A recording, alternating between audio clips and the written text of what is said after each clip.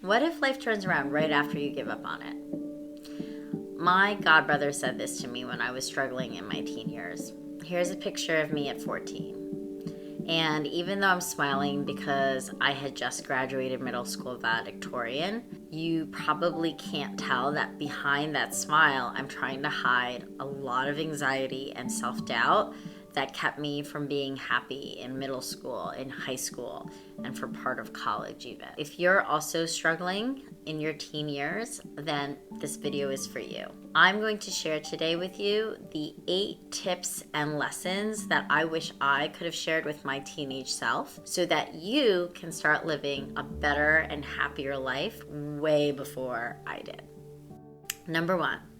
Accept that people are gonna like you or dislike you regardless of what you say or what you do or what you wear or what you think. My godbrother said this to me at the time. Half of people are gonna like you or dislike you regardless of whatever you do. When I reflected on that, I realized that he was right. So what was the point of trying to be someone else or be or try to fit in if people were gonna dislike me regardless, or if people would in general like me regardless. Once you understand this, it frees you up to just embrace being yourself. And I know that was certainly the case with me. It's when I developed this mantra of, this is me, take it or leave it. It enabled me to attract the right people into my life and really start doing things I wanted to do instead of doing things that I thought other people would want me to do because it was cool or whatever. That's like one big step that I took in, creating a life I love, is by understanding the concept that there's some people that are gonna like or dislike you regardless, so you might as well just be yourself. Number 2. Stretch yourself. As a college admissions consultant, this is something I often tell my students, is to stretch yourself a little bit, because what you might discover lies just beyond your comfort zone. And that could be trying new food, it could be hanging out and talking with new people, it could be exploring subjects you hadn't considered before. And so the only way you're going to figure out what you like and what you don't like, or live a really fulfilled and meaningful life, is to actually live and embrace and try new things. I know in high school I tried sports, and even though I liked some and I didn't like others, they were invaluable experiences and I made so many awesome memories from doing that. I met people I wouldn't have otherwise become friends with as a result of that.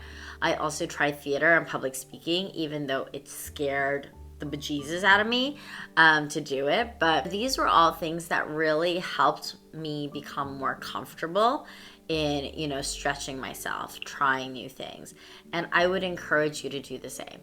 Do not worry about the results, right? Just really focus on, learning and absorbing the world in as many ways as you can.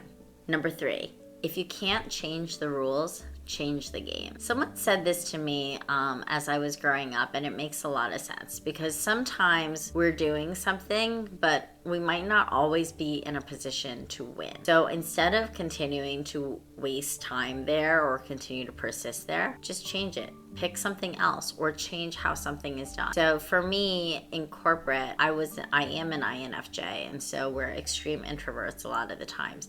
And it was really hard to just be on all the time just so that I could be considered for promotions or other things like that.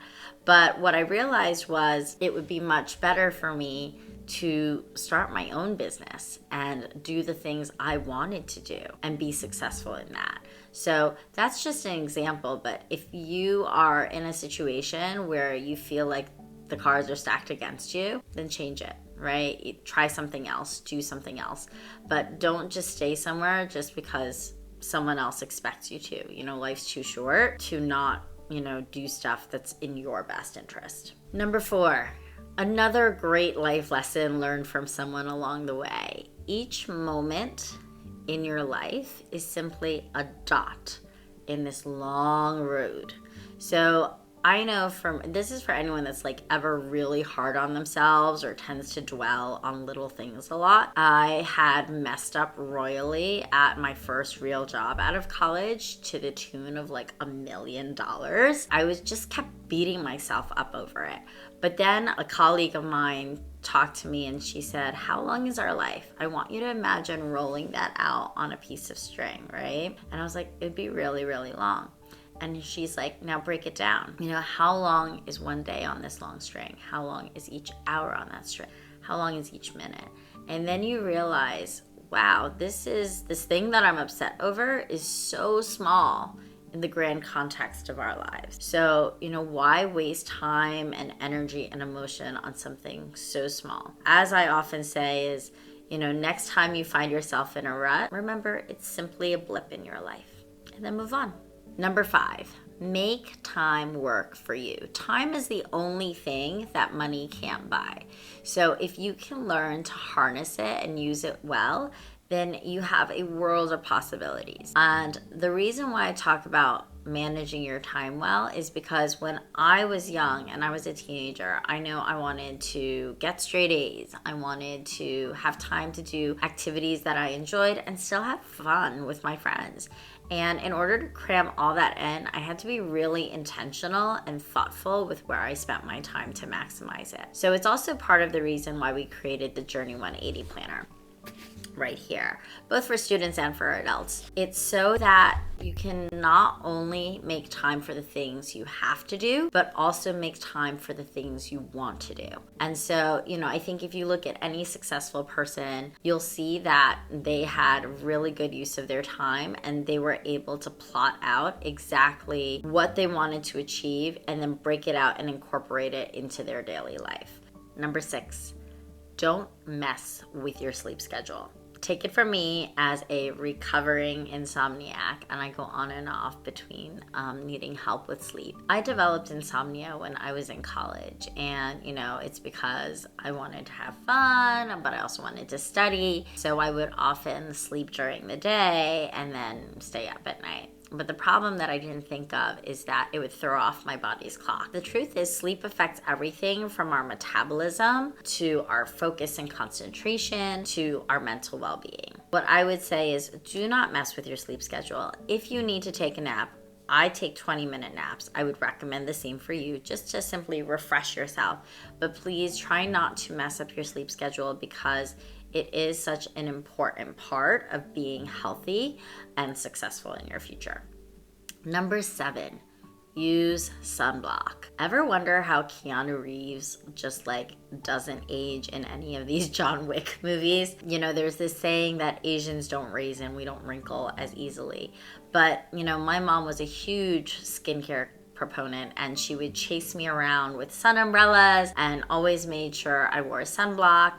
Sometimes I forgot at the shore, and yes, I'm from New Jersey, so we call the beach the shore, but it is actually so important, and the sun does age you much quicker. If you want to maintain your youthful look, I would recommend that you continue to use and protect your skin well with sunblock every day. Number 8, live your life.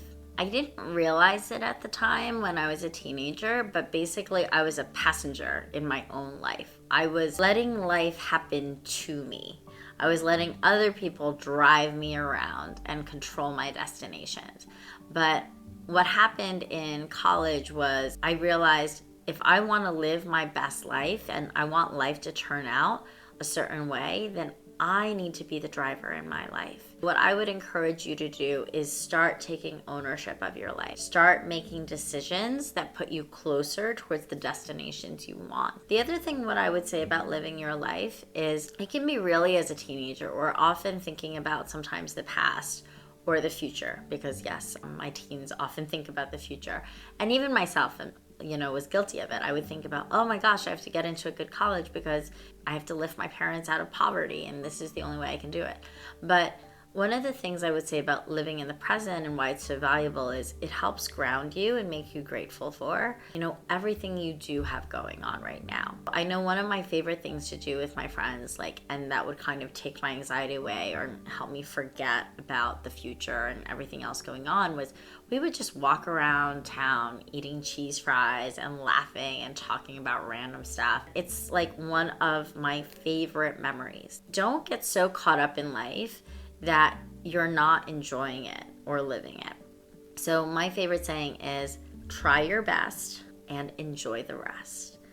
Thank you so much for checking out these life lessons and tips. If any of these gave you an aha epiphany moment, then please subscribe or let me know what that was in the comments below. But we'll see you around next time.